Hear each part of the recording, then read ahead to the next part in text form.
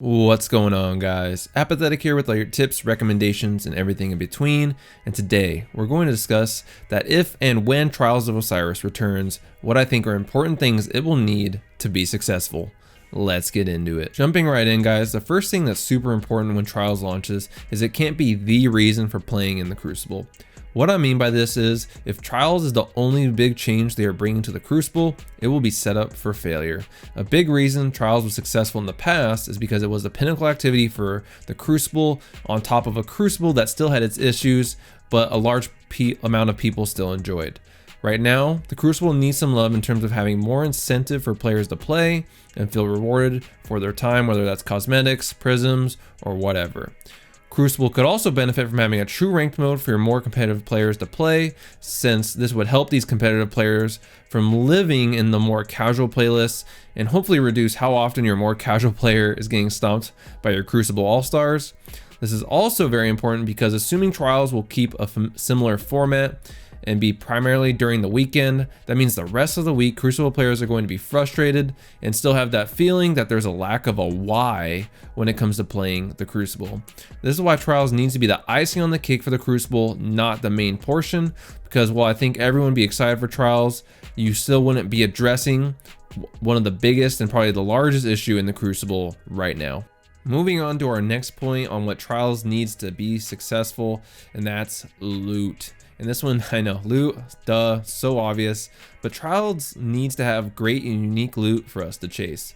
A huge component of Destiny is the loot pursuit, and it's that pursuit that keeps things fresh, even when we are basically doing the same thing over and over again. Now, with the Trials loot specifically, I think it's important that they create all new, unique, and high stat armor sets.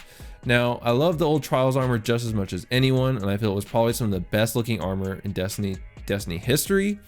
But even with that said, I think the base armor needs to be brand new, and maybe if you still wanted to bring back that old Trials armor, you can make that the ornament for the new set they're bringing in for when you reach Flawless.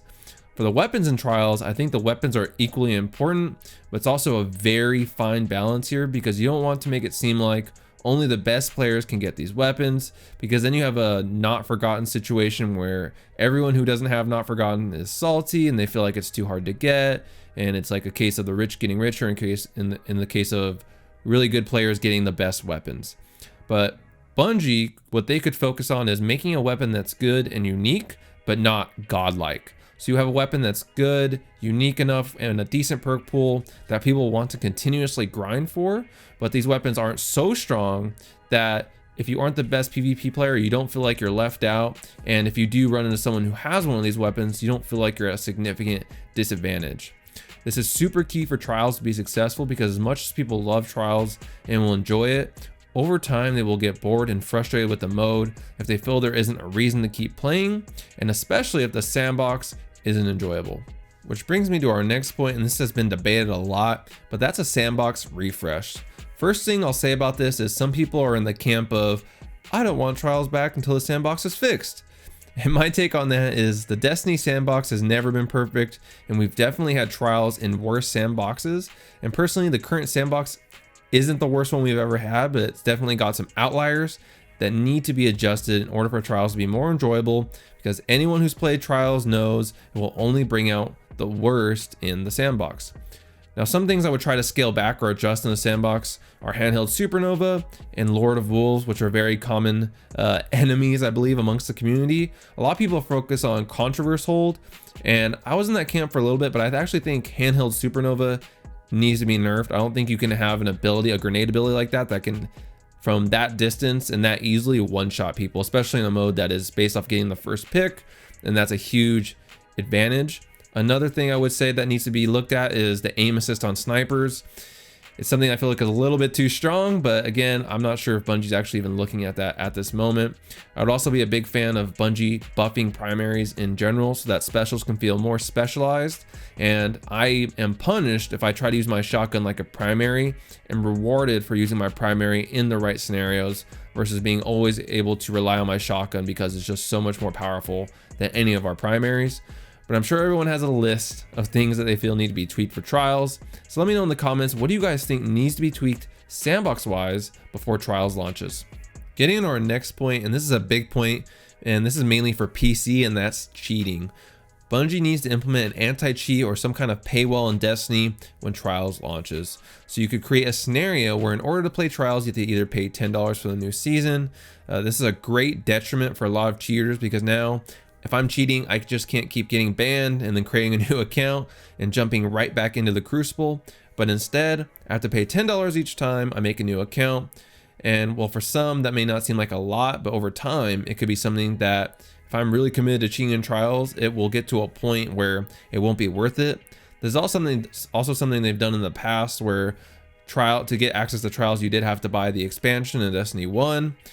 But that's more of a short-term solution. The more long-term solution, in my opinion, is having an anti-cheat that runs alongside the game at launch, that checks your computer before Destiny launches. This will allow them to maintain that flow for new light players and allow them to have access to Trials for free, while also protecting the integrity of the game from cheaters, and allows these people to get banned before they even get a chance to negatively impact the experience of other players. Overall, I think a paywall, or even adding something like a light requirement, so requiring you do a somewhat lengthy quest and being 950 light or something on top of that paywall, is also a great option. But again, I think the ultimate solution, long-term solution, is going to be having some kind of anti-cheat. Now, the last thing that I think is important for Trials to be successful, and I haven't heard too many people talk about this, and that's not putting skill-based matchmaking in Trials and simply letting where you are at on your Trials card being the determining factor for how you match people.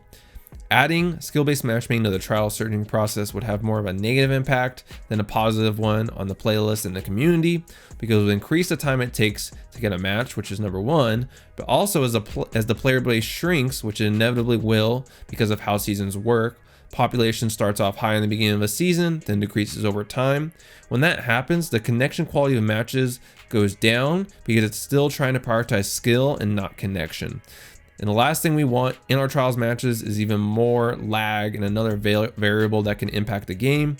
The last part is, I feel that the fun part of Trials is you really never know who you're going to match. Sometimes you match really good teams and sometimes you don't.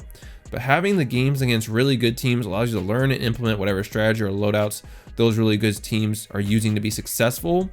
The other part of that I like is that when you beat a really good team along your Trials card, if you end up going flawless, it makes it feel that much more rewarding, versus if you just blaze through a card of like terrible teams, that obviously wouldn't be as rewarding. And that, even without skill-based matchmaking, happened very, very little. I actually can't remember a single time that actually happened when I was running a Trials card. So overall, I think skill-based matchmaking should be reserved for an actually competitive playlist and removed or severely toned down in any other playlist, including Trials, because of all the reasons I mentioned. With that, guys, I would say it's super important that Trials has a great reception upon launch. So I really hope that Bungie implements, if not all, at least some of these things to make sure the launch is very successful, because I feel expectations are going to be very high for this launch. People are going to be expecting a lot. They're going to be very nostalgic as well, thinking about back to how Trials used to be, and I'm sure they'll come up with some kind of trailer or something, and that will push the hype even further. So I think the more they can do to make sure this is a successful launch, the better. With that, guys, thanks so much for watching. Make sure you like, share, and subscribe if you enjoyed, and I'll catch you guys in the next one.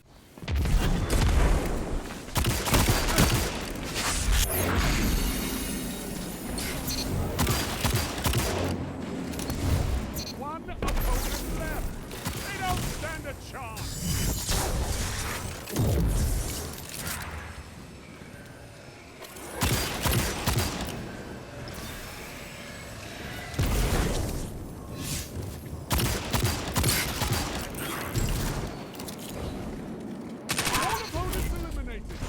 Your team destroyed them.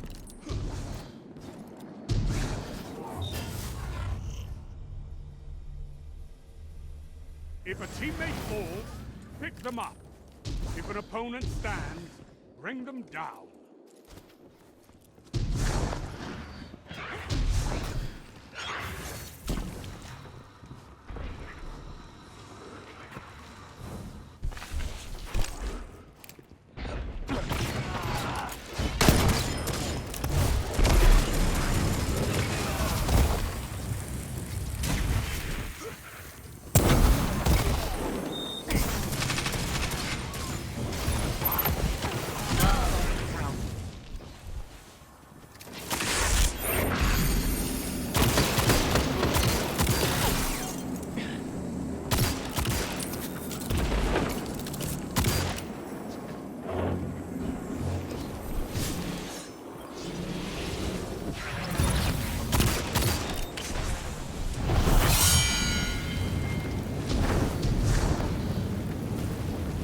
minutes left.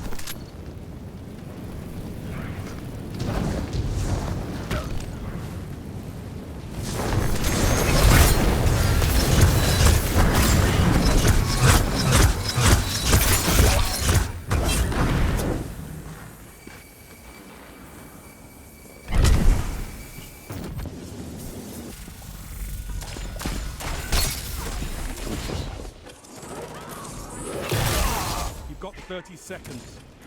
They think they have you. Crush them with their own arrogance.